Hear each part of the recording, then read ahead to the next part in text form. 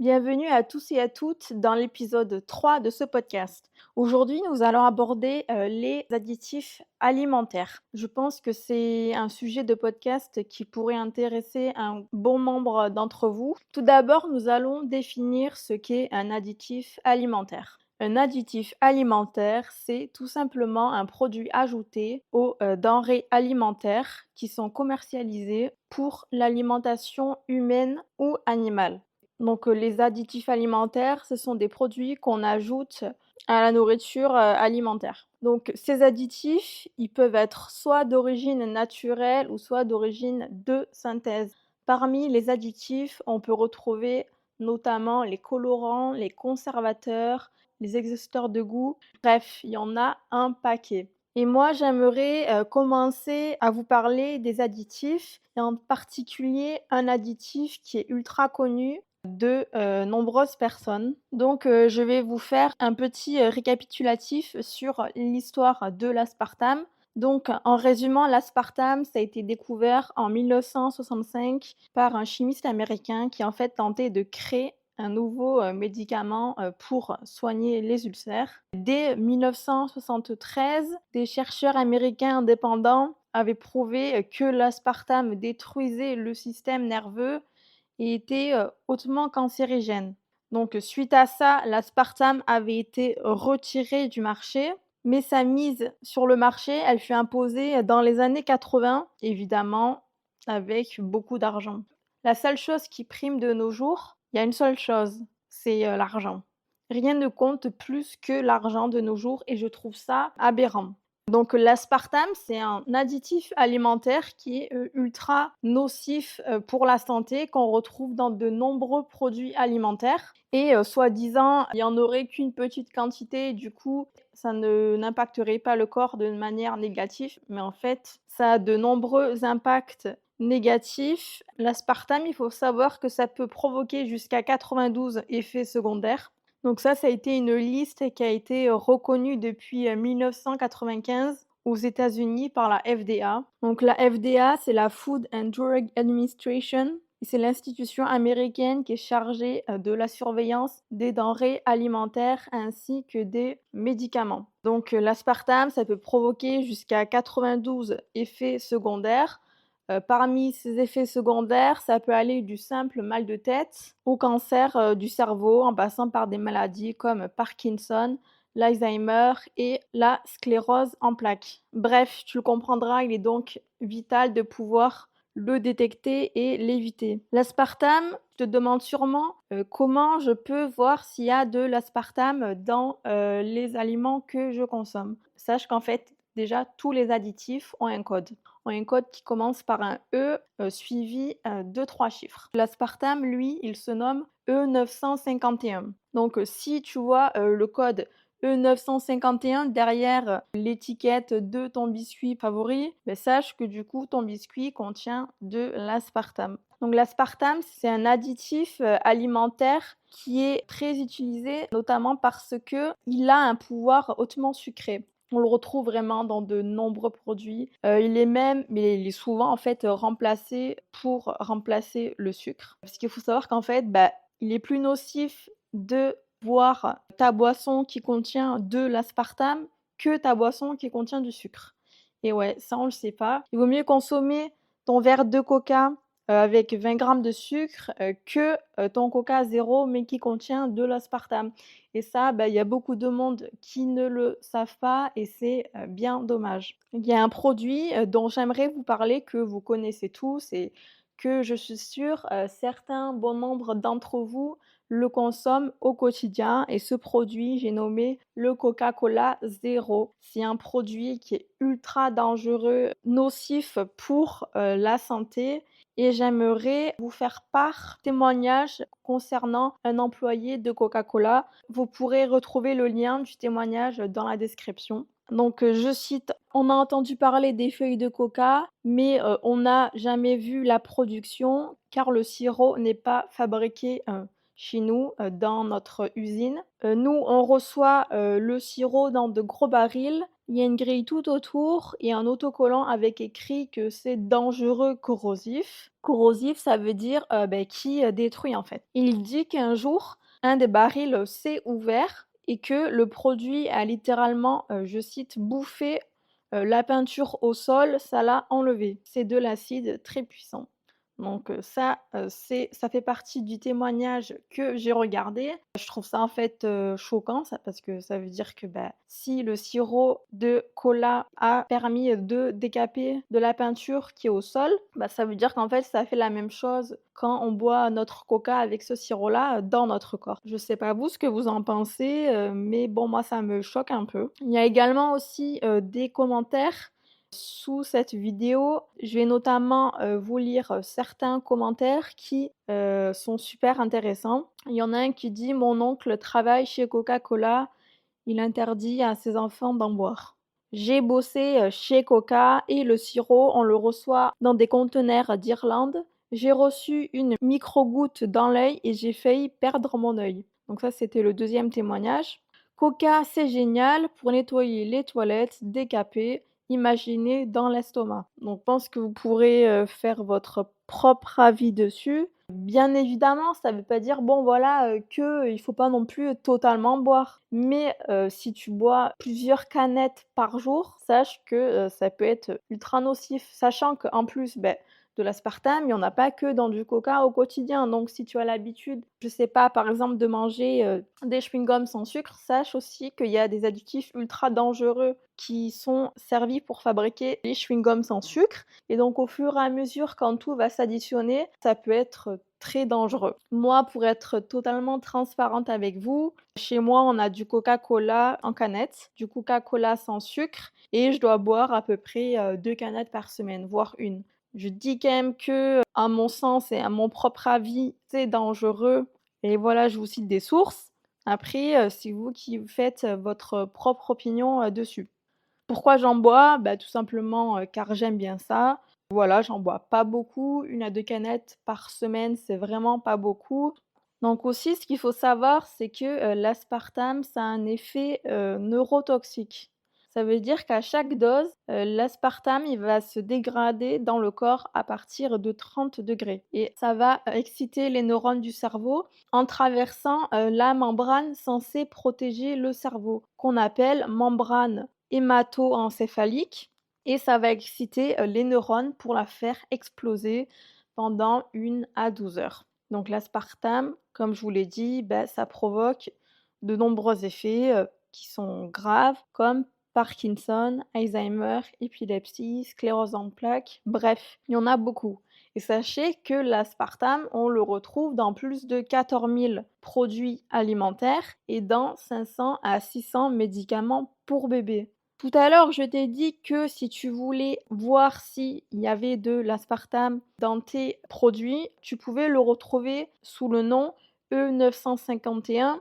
Mais aussi ce qui est ultra cool, c'est que tu peux télécharger l'application Yuka qui permet de noter le score de ton produit que tu scannes et aussi de voir, s'il y a des édulcorants alimentaires qui sont nocifs pour la santé. Si tu as un additif alimentaire qui est, rouge, ça veut dire qu'il est ultra nocif.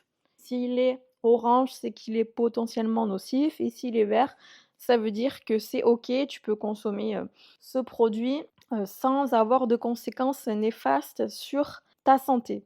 Si tu veux te renseigner vraiment sur les additifs alimentaires de manière, vraiment, approfondie, je te recommande le livre de, Corinne Gouget qui malheureusement est, décédée il y a quelques années de cela. Elle a écrit un livre qui se nomme «Additifs alimentaires danger» et elle répertorie les additifs les plus inoffensifs à ce jour. J'ai le livre devant moi et il y a les chiffres qui vont de ils sont pas dans l'ordre, mais ils sont classés par ordre alphabétique, donc ça, c'est cool. Si tu vois, par exemple, sur l'étiquette, d'un produit, si tu vois, je sais pas, par exemple, glutamate. Glutamate, hop, hop, tu le recherches, dans la lettre G et tu regardes directement, si, il est nocif ou pas. Sache qu'à la fin du livre, il y a tous les additifs, donc classés par ordre alphabétique et tu vois directement si l'additif, il est nocif et il y a un code couleur. Donc là, le glutamate, moi, je vois, qu'il est en rouge, donc qu'il est nocif et il y a vraiment un résumé sur, ce que ça peut faire sur le corps humain. Donc je trouve ça vraiment super. Ça permet de vraiment, connaître un peu plus, ce que l'on mange. Pour moi, l'aspartame, c'est vraiment à ne pas consommer du tout ou vraiment à consommer avec modération. J'aimerais maintenant vous parler d'un additif alimentaire qu'on peut, retrouver dans la charcuterie. Donc le conservateur, donc qui sert à conserver la charcuterie, on peut le retrouver sous le nom de nitrite de sodium ou nitrate de sodium. Ça, c'est un conservateur qui est ultra nocif pour la santé, mais tu le retrouves pas forcément dans toutes les charcuteries. Par exemple, moi, la charcuterie que j'achète à Carrefour, c'est notamment le jambon blanc avec écrit, sans nitrite de sodium, sans nitrate de sodium. Donc il faut vraiment faire attention à l'étiquette et ainsi, l'analyser. Il y a aussi, bah, la charcuterie que tu peux acheter, chez, ton boucher, chez ton traiteur. Il y a peu de chances que le nitrate de sodium, soit présent. Ça aussi, je viens de l'apprendre aujourd'hui. L'acide citrique transformé, c'était nocif pour la santé comparé à l'acide citrique qui était d'origine naturelle. Donc, l'acide citrique, c'est en fait un acide qui donne un goût, acide. On le retrouve notamment dans le citron.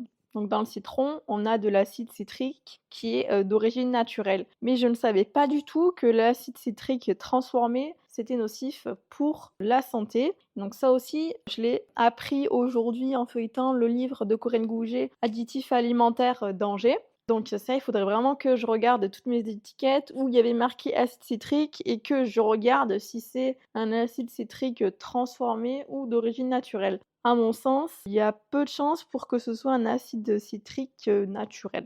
Et il y a également aussi dans la vidéo que je vous ai épinglée, ça parle du, glutamate monocydique qui est, neurotoxique, comme l'aspartame. Et je m'étais dit: «Ouais, mais le glutamate, on en retrouve dans pas trop d'aliments». Enfin, moi, j'analyse souvent les étiquettes alimentaires. Ça, je le fais, depuis que j'ai, allez, 16 ans, donc ça va faire 9 ans que j'analyse tout ce que je mange, dont, la composition et j'avais jamais vu de glutamate jusqu'à ce que, quand j'étais en train de manger ma purée, il y avait l'aromate qui était sur la table et je me suis mise à regarder la composition nutritionnelle de l'aromate. Si vous savez pas ce que c'est l'aromate, c'est une poudre, jaune qui est pour, ajouter à un aliment comme, notamment la purée, les pâtes. Après, vous allez me dire: «Oui, mais du coup, tu l'as enlevé». Non, je l'ai pas supprimé, de mon alimentation, tout simplement parce que la purée, j'en mange une fois par mois et voilà. Tant que c'est présent, en petite, quantité et pas de manière récurrente, tant que c'est pas tous les jours, c'est quand même nocif, pour la santé, mais bon, ça reste quand même, moindre. Il y a également un colorant qui est ultra nocif pour la santé, qu'on retrouve dans quelque chose qu'on consomme tous les jours. Enfin, je dis consommer, quelque chose qu'on utilise tous les jours. Bon, normalement, si vous vous brossez les dents tous les jours, ça j'espère pour vous. Moi, en tout cas, oui. C'est, le dentifrice. Donc le dentifrice, ça contient du fluor. Le fluor, c'est ce qui va servir à ce que la pâte soit blanche. Donc c'est ultra nocif pour la santé. Le fluor, ça peut s'accumuler en fait dans le corps, en particulier dans la glande pinéale. La glande pinéale qui se trouve dans votre cerveau, ce qui peut provoquer une production réduite de mélatonine. Donc mélatonine, c'est, l'hormone qui régule le sommeil. On nous dit que c'est pas dangereux en petite quantité, mais c'est dangereux qu'en grande quantité. Après tu vas me dire: «Bon, ben oui, mais le fluor, tu, l'avales pas». Oui, mais c'est quand même dans ta bouche. Sache que tu peux faire, ton dentifrice toi-même avec seulement 3 produits. Ça, ma mère, elle en avait fait pour mon frère et pareil, je vais épingler la recette en vidéo. Comme ça, vous pourrez tester si jamais vous voulez, faire votre propre dentifrice par vous-même. Sache que c'est vraiment une recette qui met 5 à 10 minutes à faire et ça te fait un gros pot, tu en as pour au moins, 2 à 3 mois.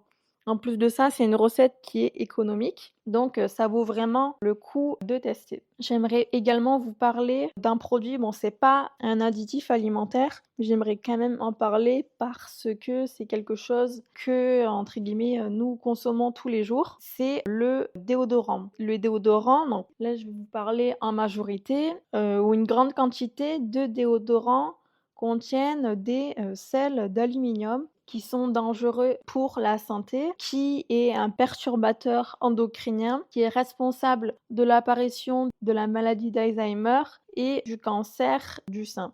Donc ça, du sel d'aluminium, il y en a pas dans tous les déodorants, heureusement. Il y a beaucoup de déodorants, de nos jours qui sont faits avec des produits naturels, non nocifs pour la santé. Si jamais tu es à la recherche d'un déodorant, bah, déjà tu peux le fabriquer toi-même aussi. Bah, j'ai pas de recette à te proposer, mais tu peux aller voir des tutoriels sur YouTube pour faire ton propre déodorant. Il y a une marque que j'ai commencé à utiliser il y a déjà 6 mois de ça et qui est top, c'est la marque, Respire, Respire. C'est une marque qui fait des déodorants et d'autres produits et je te conseille vraiment d'aller sur leur site et de regarder la composition du déodorant et tu verras qu'il y a aucun ingrédient nocif pour la santé. Ce qui est cool aussi, c'est que tu peux acheter un déodorant chez eux et le recharger. Donc, tu as juste à acheter ton premier déodorant et tu rachètes ton petit, bâton rechargeable qui est évidemment moins cher que le premier déodorant que tu avais acheté. Ça te permet, d'éliminer du déchet et de polluer moins pour la planète. Donc je trouve que c'est une initiative qui est vraiment super. Pour ma part, c'est vrai qu'au début, le déodorant, il est un petit peu plus cher que la moyenne. Moi, pour, vous dire, le déodorant de la marque, Respire, je l'avais acheté 8,90 et j'avais acheté la recharge à 6,90. Donc sachez qu'une recharge, moi honnêtement, ça va faire 3 mois que j'ai utilisé ma recharge et je l'ai pas encore finie. Bon là, je pense, la finir dans 1 ou 2 semaines, mais voilà, une recharge, ça dure, vraiment, très longtemps. Ce qui est super de nos jours, c'est que tant, les cosmétiques que les produits alimentaires, ça commence quand même un petit peu, à changer. De nos jours, avec les médias comme, la télé, les reportages, et notamment l'application Yuka, ça permet de faire un petit peu bouger les choses. J'ai notamment regardé, je crois que c'était Capital, qui parlait, de l'application, Yuka et qui disait qu'en fait, ils avaient suivi, je sais plus honnêtement, je sais plus quelle marque, du tout. Je crois que c'était une marque de yaourt, mais je suis plus du tout sûre.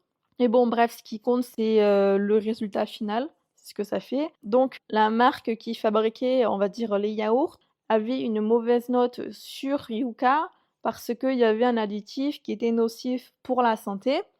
Donc, en scannant, le yaourt avec le code barre du yaourt, on pouvait voir qu'elle avait une pas bonne note et en changeant cet additif alimentaire et en le remplaçant pour autre chose, ça a amélioré la formule et ça a amélioré, le score du yaourt. Donc, ça incite les entreprises à améliorer leurs produits pour la population et je trouve ça, vraiment chouette. Si, je devais faire une conclusion suite à cet, épisode, je conclurais qu'il faut essayer de cuisiner le plus possible et d'acheter le moins de choses, industrielles, le moins de choses, qui sont, transformées. Mais aussi, je dirais qu'on peut consommer des, aliments qui contiennent des additifs, mais vraiment ne pas essayer, d'en consommer de manière récurrente et que si tu peux totalement éliminer le produit qui contient ces additifs qui sont nocifs pour le corps, supprime-les. Je te remercie de m'avoir écoutée durant tout cet épisode et je te dis à la prochaine.